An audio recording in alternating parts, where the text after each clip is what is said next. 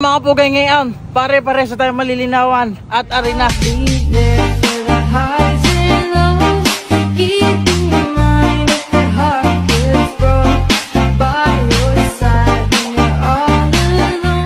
Boom boom ba boom boom bam boom ba boom boom ba bam.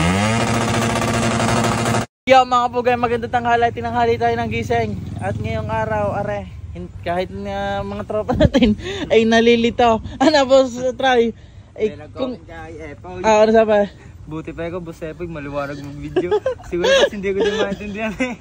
Tapos nag-vlog ako, sabi ni Epoy, hindi ko nga rin maintindihan ang vlog mo eh. Ayun nga mga kapugi, dahil ang suggest naman ng mga kapugi natin diyan, ay di ba nga nabili natin na masabi nating RC Badong dahil naman ang kaha niya, ang makina at ang chassis. Ayun nga, ang nabili natin si Badong ay kumbaga may laman ng makina at di ba nga kaya tayo bumili ay pambombahan. Ayun nga, hindi natin mapambombahan. Tapos sabi naman ng mga solid kapugi dyan, ay ilipat na lang ang makina ikang yan kay Miko. Ay mga kapugi, kung ililipat natin ang makina ni Badong kay Miko, ay di magkakaano-ano na yon. Iyan na okay na, okay. Nagkakaintindihan na tayo ng kante. Kaya alam nga naman yung makina lang. Siyempre, si Badong ay kumbaga mawawala ng papel lang isa dahil magsasalasala nito eh. Dahil chassis makina eh. Magsasalasala lang parehas. Ay di yun. Kaya ginawa ko namin ay pinanguhan na lang ang pyesa ni Miko. Ara si Miko. Yan eh. Ara yung buong Miko yun ah. Pinanguhan na lang namin ang pyesa ni Miko. At kinabit din kay Badong. At pinagsalit na rin namin. Kundangan nga lahat na iwanan na rin. At para sabi ko yung new look.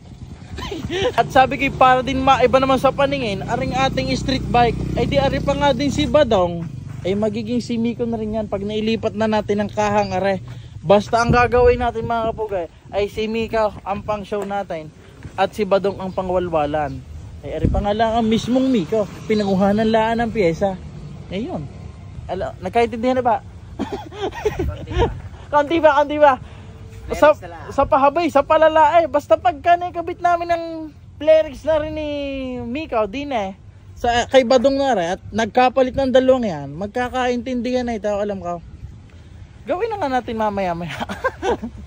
Ay ngayon nga lang pinapaliwanag ko at sabi ko, kaya naman din hindi ko nilipat. Parang namimiss ko na ang mga ibang itsura eh. Tingnan naman, stock ang kulay tapos street bike ang kasa. Para bang yun na ang maganda sa panahon ngayon. Kundangan niya lahat, ubi na ang ating nakagis niyan eh. Di uubihin din natin yan sa mga susunod. Eh di sa mga hindi pa rin naliliwanagan, ay wala na tayong magagawa. Basta siguro magkakaintindihan lang ito pag naipagsasalpak na uli natin ang dating sila. Kaya mga pugay ngayon, pare-pare sa tayo malilinawan at arena. Pinagpalit na namin, hindi na namin kayo sinamat nang hindi na magkagulo-gulo sa palitan ngayon. Ay ngayon ari na sadya si Badong ang ating pangwalwalan, pambombahan, pangratratan. Dami Ay nga pala, hindi pa rin mga tropa. At yan, ari na ho si Miko ang ating talagang ipapang show.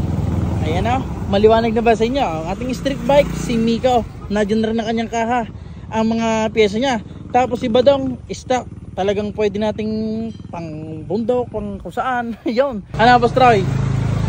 Malinaw na? Malinaw na. At pati pala mga ilang bolts mga kapugi ni Miko ay pinaglalagay din natin din rin kanyang mga GR5 yan. Pati nga crank X hindi ko na tinanggal at gawa ng bibili din sana lang say wala lang mabilang. Di siguro susunod na ang crank X. Ayun nga, ang mga ilang bolts pati mga ilang pyesa ay gawa ng GR5 nga. Ayun pala ay hindi, naman matagal ko na rin alam.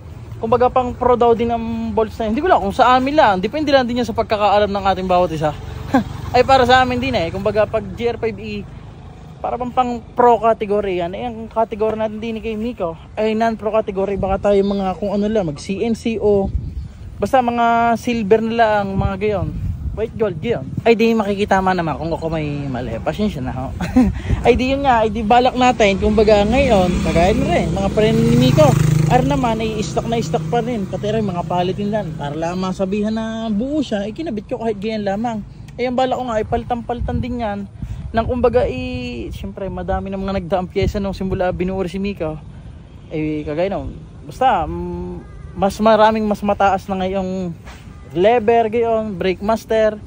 Kaya titingin tayo ng mga updated Yun. Idea ng aking laang naman ngayon sa video ito ay para maunawaan ang lahat at malinawan na din niya. Pati ako nalilito. Aray, hindi na ngayon. Aray na sadya nga si Badang, inuulit ka. At aray na rin si Mika.